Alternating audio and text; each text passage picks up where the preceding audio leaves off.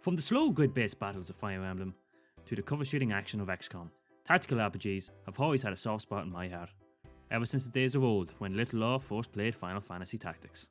They aren't defined by setting, graphics, or even the dimensions of play, and as I'm writing this script, they're so different that I'm struggling to imagine what a tactical RPG even is. I think, in the dumbest possible way of saying it, it's a turn-based RPG with movement. Instead of a group of people standing in front of each other waiting to get hit, positioning matters. Those moments when you pull off the perfect flank in XCOM 2, or when you get your ranged units into your ideal spot in Divinity. That's when this genre of games feel at their very best, making you feel like a big old smarty pants. Sometimes my genius it's almost frightening. So get comfy, grab a nice cup of Lion's tea, subscribe, like and comment, and let's figure out what makes a great tactical RPG. Today I'm going to talk about two core principles in this genre: choice and consequence. Starting with choice. Possibility space is a game design term used to describe all of the possible actions a player can take in order to achieve a specific outcome. That's a bit of an oversimplification, but imagine all the wacky shit people could do in Breath of the Wild, which no one, not even the developers, expected. That is possibility space at its absolute finest, where the choices and possibilities of a game are limited only by the imagination of the player base. Somebody made a roller coaster in Valheim. How sick is that? And that's what I think of when I describe Final Fantasy Tactics, the Mac Daddy of classic tactic games. In Final Fantasy Tactics, no playthrough is the same, with 20 different jobs that anyone could change into and 5 party members that could be on the field at once. You had hundreds of possible party combinations, maybe more, but I suck at maths and I'm not trying to figure that out. Using this extensive job system, the player can choose to play the game however they want, from start to finish. Sure, there are optimal overpowered builds that let you breeze through the game, but inversely, you could also challenge yourself by giving yourself a handicap. Don't play with the entire team or play with everyone being the same job. The possibilities are endless, and it's that freedom to play the game however you choose to play it that makes this game one of the best in the genre. It also has a sick narrative, but we're not talking about that today. But choosing your party structure and preparing for combat however you'd like is a common theme for tactics games. The Disgaea series, and more recently Fell Seal, also has an extensive class system that maybe aren't quite as diverse as Final Fantasy Tactics, but they still deserve a shout out anyway. But what about the choices you make within a battle? Having multiple options during a turn is essential to create engaging turn-based combat.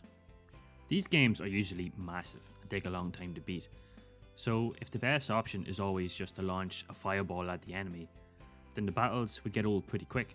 You can do some basic things like having enemies with different types of resistances and weaknesses, like someone who has heavy armor and needs a particular kind of attack to break through it, like needing an axe in Battle Brothers to break through a shield, or using lances to take down a sword user in Fire Emblem. But that usually isn't good enough for me.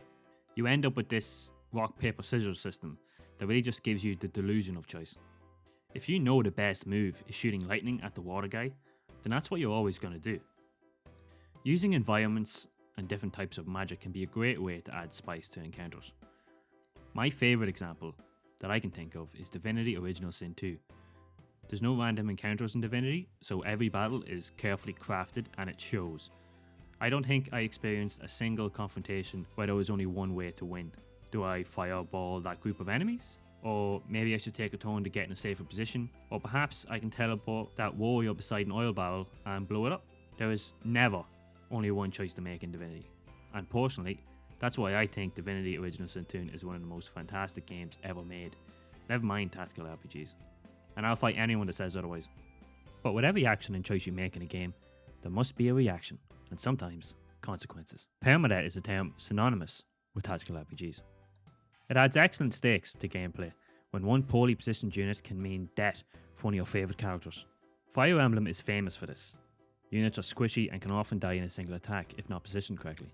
But using the magic of time travel, you can magically undo your mistakes a limited number of times and try again. Fire Emblem isn't my favourite example of this core consequence that so many of these games have, and that's because every character is involved in the story, and your party members have side interactions with one another, so losing one is unacceptable to most players. The result is a reload anytime you get forced into a corner and lose a character. Obviously not everyone does that, but I definitely never let anyone die in my campaign, So the stakes turn from losing a character to frustratingly needing to restart a mission that can take a long time to beat. Other Permadeath games usually have player created or randomly generated characters to use as death fodder in games. So sure, you don't want to lose the character that you've been grinding since the beginning of the game, but they are not integral to the story and ultimately replaceable. And sometimes that can only have a percentage chance of happening. So when your buddy Greg falls in Battle Brothers, you might finish out the battle in hopes that he's only horribly disfigured instead of dead. We want more money and better working conditions. Is this some sort of peasant joke that I'm too rich to understand? And I've run out of things to say. Maybe you have better examples that I didn't think about, or perhaps you completely disagree with everything I said and think I'm a dipstick. Let me know in the comments below and we'll talk about it. And if you enjoyed this, please leave a like and subscribe. I'd love some feedback to see if these videos are any good or not. And I've started making my very own tactics game that I'll be releasing devlogs for. So if you want to follow along with that, then you better slap that subscribe button or you'll be missing out on some sick game dev action. Thanks guys, see yous.